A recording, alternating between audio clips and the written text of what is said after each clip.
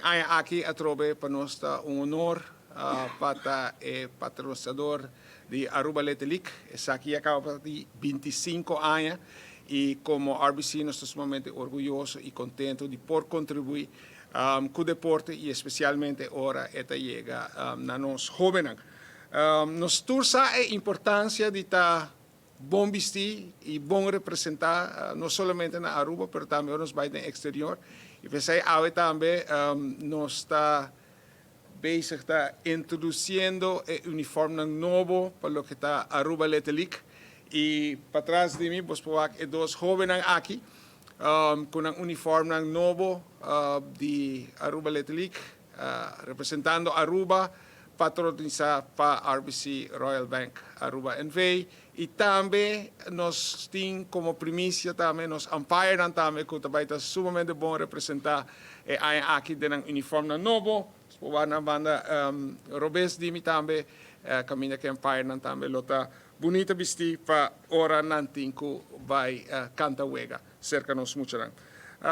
RBC tem trayectória larga, maneira mais acaba patronizando e da partner de Aruba Letelic. Então assim aqui nós seguimos contribuir na lo que está nossa comunidade, nós está querer que caminha que nos por ajuda e elevar o nível de cada pessoa of comunidade é algo sumamente importante e algo que nós está querendo e especialmente hora que chega na nós muito não. Nós estamos mais contentos mesmo que a donação que nós está aí foi RBC, que a Hope acaba 25 anos sem faltando nada.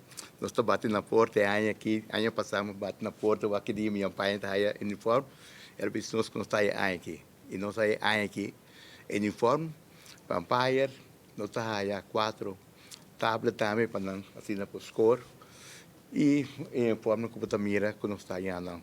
Então espera, nós siga assim aqui, então aqui está 25 anos, nós espera tem que hoje mais anos mais. E nós com mais cooperação também ali perto visando porque aqui nós sem surpresa to. Nós está seguir sostener Aruba Letelic, não para isso, mas para Hope aí mais. E me não avisa Rudy nada ainda, pero aqui me tem mais budget para Rudy, me quero dizer de biao se te gastei mais hora, pero me tem monto mais grande alota aqui para sponsoring de Aruba Letelic e esse me lo informar Rudy depois de essa aqui.